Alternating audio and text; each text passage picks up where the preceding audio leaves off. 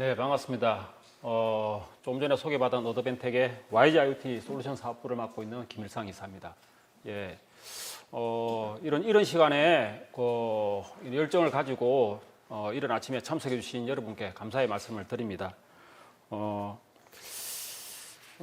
저희가 오늘 세미나는 이제 지속 가능성을 위한 기업의 ESG 경영 전략 가이드라는 토픽으로 여러분을 모시게 되었습니다.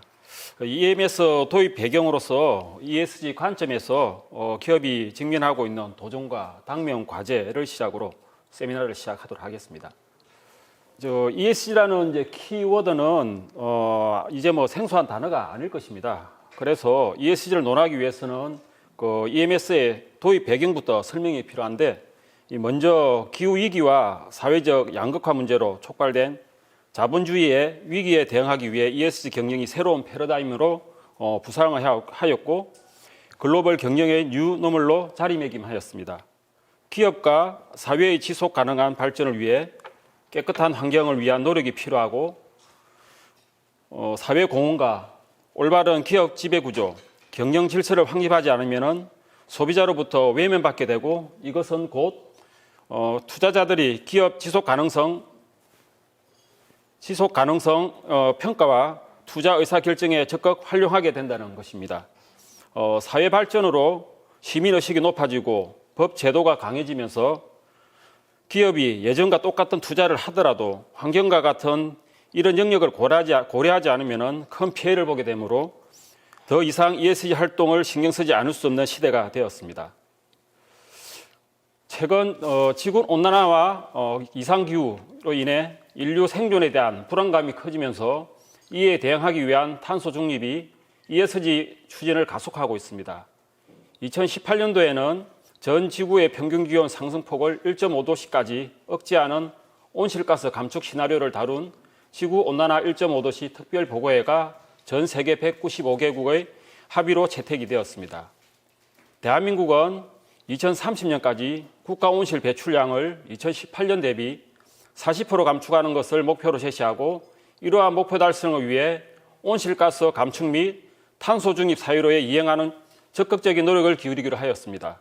앞으로 이러한 탄소 중립은 물론 전력을 100% 친환경 재생에너지로 대체하는 글로벌 캠페인 아리백, 그리고 온실가스 배출 권리를 시장을 통해 사고 파는 탄소 배출권, 2050년까지 온실가스 순 배출량 제로를 달성하기 위한 탈탄소화 등 ESG 경영이 더욱 가속화될 것이며, 이해 관계자들의 필수 생존 전략이 되어가고 있습니다. 특히 탄소 배출량은 보시는 바와 같이 세 개의 범주 스코프 1, 2, 3로 나눕니다. 각 범주별 직접 배출, 간접 배출, 전체 밸류체인 발생 배출로 정의하였으며, 세계적인 IT, 애플은 앞으로 자사에 납품하는 모든 기업에게 스코프 3를 준수, 강제할 것을 예상됩니다. 또한 글로벌 국제회계보고 기준인 IFRS의 ESG 공시 기준에 근거하여 기업들이 통제 범위 밖의 공급망 걸친 스코프 3도 준수하도록 압박을 하고 있습니다. 또한 탄소 정복 공개 프로젝트인 CDP는 기업의 온실가스 배출량을 줄이고 기후변화 위험을 완화하기 위해 기관 투자자 서명자를 대신하여 세계 최대 기업들에게 기후위험과 저탄소 기회에 대한 정보를 요청합니다. ESG 정보 공시나 CDP 참여가 기업 입장에서는 부담이 될 수 있으나 투자자들에게 ESG 관심이 커지고 있고, 그들에게 접근할 수 있는 IR 수단으로 활용 시각을 바꾸면 오히려 사업의 기회 요소가 될 수가 있을 것입니다. 아울러 상공회의소가 국민 300명을 대상으로 실시한 ESG 경영과 기업의 역할에 대한 국민의식을 조사한 결과에 따르면 기업의 ESG 활동이 제품 구매에 영향을 주는지를 묻는 질문에 전체의 63%는 영향이 있다고 응답을 했습니다. 특히 보시는 것처럼 유통, 소비재 기업들은 ESG 경영을 위한 환경보호 활동에 힘쓰고 있으며, 앞으로 환경을 등한시하는 기업은 소비자의 외면을 받을 수밖에 없기 때문입니다. 글로벌 칩 전쟁이라고 이끄는 반도체 산업 어떨까요? 반도체 산업의 관점에서 글로벌 반도체 장비 제조사들은 전력을 신재생에너지로 대체하는 아리백 준수와 이를 통한 탄소 중립 달성이 중요한 과제입니다. 이에 글로벌 반도체 장비 제조사들은 각각 구체적인 플랜과 로드맵을 통해 ESG와 지속 가능성 달성을 위한 노력을 하고 있습니다. 그럼 국내 반도체 장비사들의 대응 현황을 한번 살펴보겠습니다. 각 반도체 장비사의 홈페이지의 내용을 인용해 보면 글로벌 반도체 장비사에 비해서는 다소 모호하거나 선언적이기는 하지만 온실가스 배출, 신재생에너지 사용, 기후변화에 대응하기 위한 노력을 기울이고 있다는 것을 확인해 볼 수 있습니다.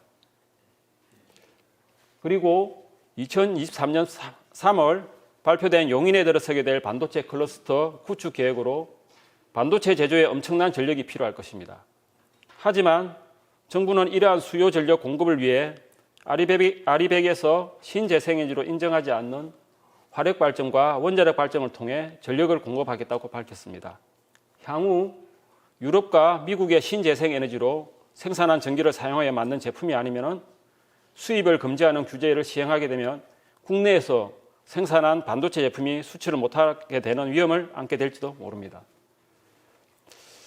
그럼 앞서 살펴본 지속 가능성, 탄소 중립, 아리백 등과 같은 이런 친환경 주제들은 EMS와 무슨 연관이 있을까요? 기업의 환경 분야 목표 달성을 위해 에너지 절감과 친환경 활동을 필수가 되고 있으며 이에 대응할 수 있는 관리 시스템에 대한 관심도 높아지고 있습니다. 에너지 관리 시스템은 이러한 고민을 해결하고 기업이 ESG 경영을 실천하는 데 기본적이고 필수적인 도구 중 하나로 꼽히면서 현재 다양한 기업이 도입하고 있는 시스템입니다. 최근 전기차의 등장과 함께 많은 산업 부분에서 화석연료를 전기로 대체하는 정규화가 이루어지고 있으며 이는 기존의 다른 형태로 이용되던 에너지를 전기의 형태로 공급 및 소비하는 변화를 뜻합니다. 전쟁, 유가 변동성 등으로 인한 안정적인 에너지 공급 수요와 함께 에너지 안보가 맞물리면서 ES와 같은 에너지 저장 장치 시스템 수요 또한 늘어나고 있습니다. 탈원전 기조에 따른 전력 수급 불안정으로 에너지 절감 수요가 높아지고 있고 클라우드 EMS, 스마트 그리드 시장이 성장하고 있습니다. 이러한 에너지 패러다임 변화 속에서 에너지 정책은 공급 중심에서 수요 관리 중심으로 변화하고 이에 따라 에너지 효율적인 관리와 사용과 이를 통해서 지속 가능성 달성을 위한 시대의 요구가 커지고 있는 것입니다. 앞서 설명한 EMS는 산업별로 PEMS, BEMS, HEMS로 나누시지만 각 시스템들은 모두 에너지 사용을 모니터링하고 최적화하여 에너지 효율성을 향상시키는 데 중점을 두고 있습니다. ICT 기술과 제어 기술을 활용하여 에너지 흐름을 시각화하고 분석과 예측을 통한 에너지 절감과 최적화에 인사이트를 주는 통합 에너지 관리 솔루션으로 정의할 수 있습니다. 이번 어드밴텍 IMS 세미나에서 제공하는 어플리케이션들은 크게 두 가지 레이어로 구분됩니다. 레이어 1은 스코프 1에 해당되는 에너지 효율적인 관리를 위한 지능형 설비, HVAC이나 컴프레셔, 회전체 설비에 초점을 맞춘 PHM 솔루션이며 레이어 2는 스코프 2에 해당되는 지속 가능한 관리를 위한 에너지 절감과 탄소 감축, 탄소 자산 관리, 그리고 전반적인 에너지 관리에 중점을 둔 솔루션입니다. 이번 세미나를 통해 어드밴텍의 IMS 소프트웨어 패키지는 어떻게 지속 가능 경영과 ESG 기준에 맞춰 솔루션화 시켰는지 이어지는 섹션을 통해 많은 도메인 지식과 인사이트를 얻어가시기 바라겠습니다. 감사합니다.